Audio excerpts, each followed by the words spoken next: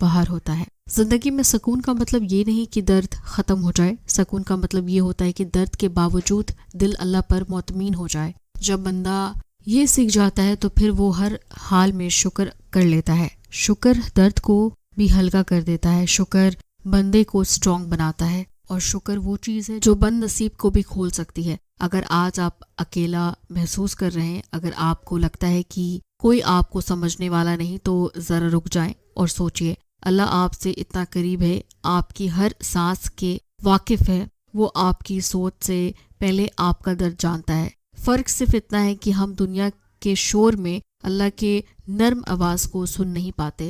جب زندگی ہمیں چپ کرا دیتی ہے تب اللہ بولتا ہے، اور جب بندہ سچ میں سننا شروع کر دے تو اسے ہر چیز میں اللہ نظر آنے لگتا ہے۔ اور اس بات کو اپنے دل میں اتار لیجئے، اگر آج آپ کا دل بھاری ہے، اگر آنکھیں نم ہیں، اگر زندگی رکی ہوئی سی لگتی ہے، تو یہ آپ کی ناکامی نہیں، یہ اللہ کا بلاوا ہے۔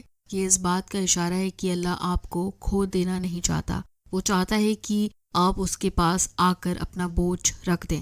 وہ چاہتا ہے کہ آپ اپنی تھکان، اپنی درد، اپنی غلطیاں سب کچھ ان کے حوالے کر دیں۔ اور جب بندہ سر جھکا کر بنا کسی شور کے صرف دل سے کہتا ہے استغفر اللہ، تو اس لمحے میں صرف گناہ معاف نہیں ہوتے، اس لمحے میں دل بھی صاف ہو جاتا ہے، روح بھی ہلکا ہو جاتی ہے، اور دھیرے دھیرے وہ سکون واپس آنے لگتا ہے جو کبھی کھو گیا تھا۔ شاید کل آپ کے مسائل وہی ہوں، شاید حالات فوراً نہ بدلے، لیکن آج رات جب آپ اکیلے ہوں گے تو آپ کو اندر سے ایک نرمی محسوس ہوگی، ایک امید، ایک یقین، اور وہ یقین یہ ہوگا کہ اللہ میرے ساتھ ہے۔ اور وہ جب وہ اللہ ساتھ ہو تو پھر کسی بھی اندھیرا زیادہ دیر تک نہیں رہتی۔ اور اب ذرا ایک لمحے کے لیے رک جائیں، اسکرین کو دیکھتے ہوئے نہیں، اپنی آنکھیں بند کر کے اپنی ساری تھکان، ساری شکایتیں، ساری خاموش چیخیں اپنے دل کے ایک کونے میں جمع کر لیجئے۔ وہ باتیں جو آپ نے کسی کو نہیں بتائی، وہ درد جو آپ نے مسکراہٹ کے پیچھے چھپا لیا، وہ سوال جن کا جواب آج تک نہیں ملا، سب کچھ کیونکہ اللہ کو صرف وہ الفاظ نہیں چاہیے جو زبان بولتی ہے، اللہ کو وہ چیز چاہیے جو دل کے اندر گونجتی ہے۔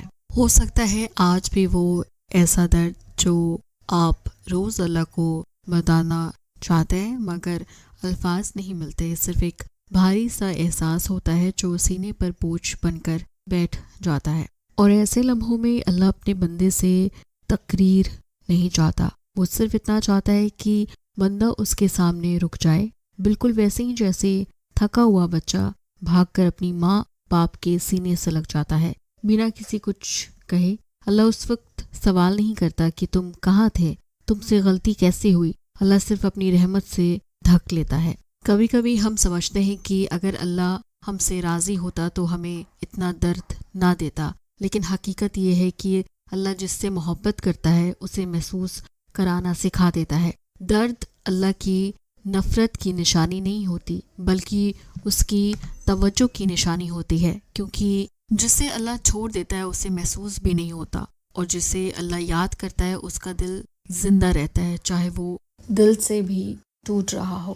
اگر آج آپ کے پاس کوئی نہیں جس سے بات کر سکے، اگر آپ کو لگتا ہے کہ لوگ سنتے ہیں مگر سمجھتے نہیں، تو یاد رکھیے اللہ صرف نہ سنتا ہے بلکہ سمجھتا بھی ہے، اور وہ آپ کے دل کی وہ بات بھی جانتا ہے کہ آپ کیوں رات کو زیادہ خاموش ہو جاتے ہیں، وہ جانتا ہے کہ آپ کیوں کبھی کبھی بنا وجہ تھک جاتے ہیں۔ اور جب بندہ یہ سمجھ لیتا ہے کہ اللہ مجھے جانتا ہے، تب دل کو سکون ملنا شروع ہو جاتا ہے۔ ہو سکتا ہے آج آپ اپنی زندگی کے اس موڑ پر ہو جہاں ہر چیز رک سی گئی ہو، نہ آگے کا راستہ صاف دکھ رہا ہے، نہ ہی پیچھے واپس جانے کی ہمت ہو رہی ہے۔ ایسے وقت میں اللہ ہم سے یہ نہیں کہتا کہ بھاگو، آگے بڑھو، سب ٹھیک ہو جائے گا۔ اللہ صرف یہ کہتا ہے کہ میرے پاس آ جاؤ، کیونکہ جب بندہ اللہ کے پاس ہوتا ہے تو پھر راستہ خود بن جاتا ہے، روشنی خود آ جاتی ہے، اور اندھیرا زیادہ دیر تک ٹک نہیں پاتا۔ اور اب اس بات کو اپنے دل میں اتار لیجئے کہ اگر آج آپ رو رہے ہیں تو اس کا مطلب یہ نہیں کہ آپ ہار گئے ہیں، اس کا مطلب یہ ہے کہ آپ کا دل ابھی زندہ ہے، اور زندہ دل کبھی ضائع نہیں جاتا۔